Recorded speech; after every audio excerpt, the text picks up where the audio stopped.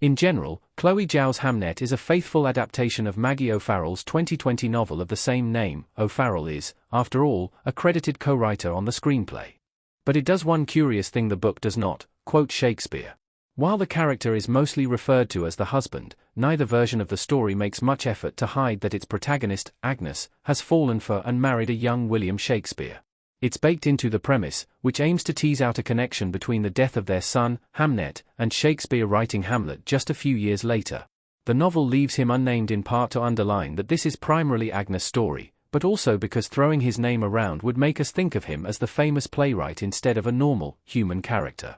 The movie ostensibly takes the same approach, except when it decides to quote some of Shakespeare's most famous plays at the most painfully obvious moments. In one, after a romantic day with Agnes, young William says, "What light through yonder window breaks," as he scribbles the words from Romeo and Juliet on parchment. In another, he speaks aloud Hamlet's "to be or not to be" soliloquy as he contemplates throwing himself into the Thames. It's not unlike the much-parodied music biopic cliché, in which a singer has a eureka moment after someone conveniently says what will become their most beloved song. It's an odd groaner of a choice in what is otherwise a raw, emotional movie.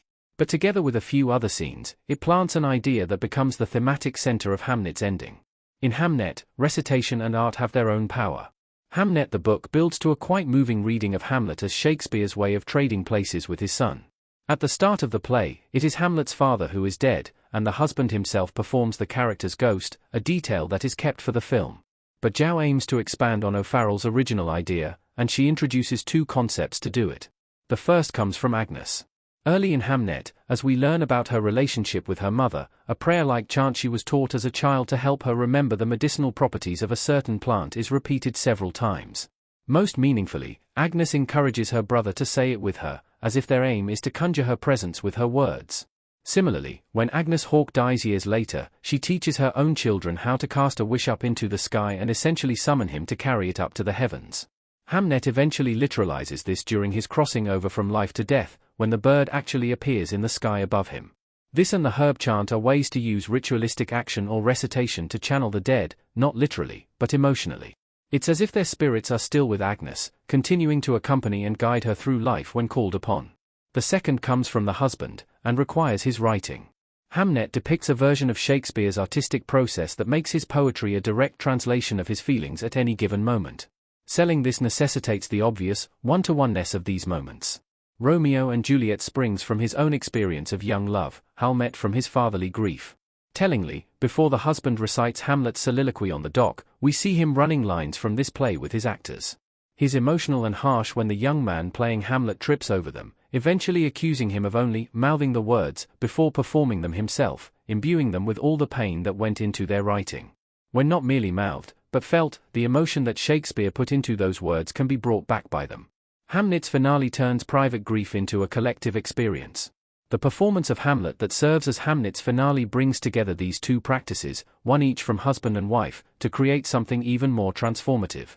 As in the book, Agnes has the realization that her husband's play is his way of reviving their son, and from that moment she experiences it that way. A live performance is much like a ritualistic recitation of Shakespeare's words, and has the effect of channeling both the husband's emotion and Hamlet's spirit, which the movie literalizes as well. But Zhao's Hamnet shows us much more of the play than the book does, because performance art adds a third element.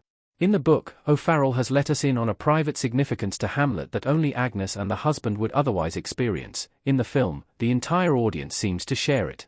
When Hamlet speaks his dying words and Agnes is so moved that she reaches out to the actor on stage, the rest of the audience does the same.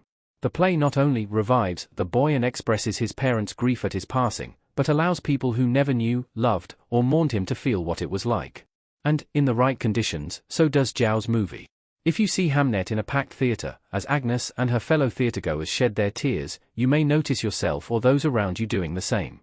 This is also why the Hamlet performance is elongated in this adaptation. It's important that we, Hamnet's audience, share some of the experience of Hamlet's audience, so that the film becomes as much a testament to the power of collective viewership as to art itself.